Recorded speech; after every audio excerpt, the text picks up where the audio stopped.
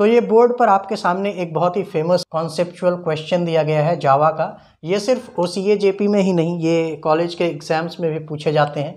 तो यहाँ पर जो दिया गया है वो क्या बोल रहा है कि एक क्लास है A जो कि पब्लिक है, उसके अंदर एक मेथड बनाया गया है जिसका नाम दिया गया है मेथड, और उसमें प्रिंट कर रहा है TIH, राइट। और फिर आपके पास पब्लिक स्टैटिक वॉइड मेन है जो कि टाइप सिग्नेचर होता है या एंट्री पॉइंट होता है किसी भी जावा प्रोग्राम का। उसके अंदर क्या हो रहा है कि ये मेथड जो है उसे कॉल कर रहा है, मतलब ये कॉल कर रहा है ये जो मेथड लिखा गया है इसको, राइट। तो अब समझने की बात ये है कि क्या ये मेथड जो दिया गया है ये कॉल होगा या नहीं होगा, और यदि कॉल होगा तो ये डेफिनेटली प्रिंट करेगा TIH। तो इसका आउटपुट जो है वो TIH होगा या नहीं होगा। तो सबसे पहली चीज़ यहाँ पर आपको देखना है कि जो मेथड कॉल किया जा रहा है और वो जहाँ से कॉल किया जा रहा है उसका नेचर क्या है। नेचर मतलब इन द सेंस कि ये स्टैटिक है। जस्ट आपको सबसे पहला चीज़ ये देखना होगा कि जब भी आप कोई भी मेथड कॉल करते हैं तो वो कहाँ से कॉल हो रहा है, वो मेन से कॉल हो रहा है। दैट मीन्स ये मेथड जो है ये जो बनाया गया है ये कहाँ से कॉल हो रहा है, मेन से। और मेन क्या है, स्टैटिक है।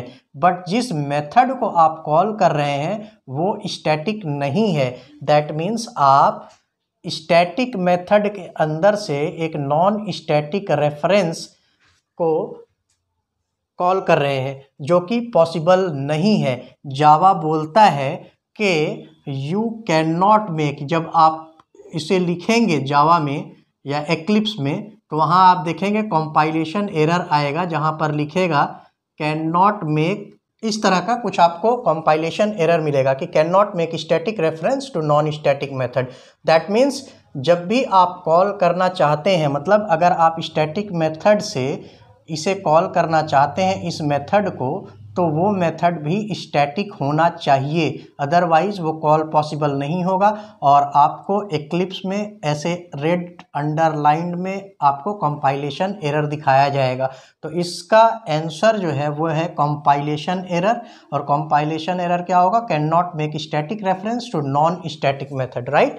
तो अभी यदि अब ये कॉल जो है अगर होना होता और आपको TIH प्रिंट कराना होगा तो आपको क्या करना होगा, आपको इस मेथड को, जो मेथड आपने बनाया है, इसको भी स्टैटिक डिक्लेयर करना होगा।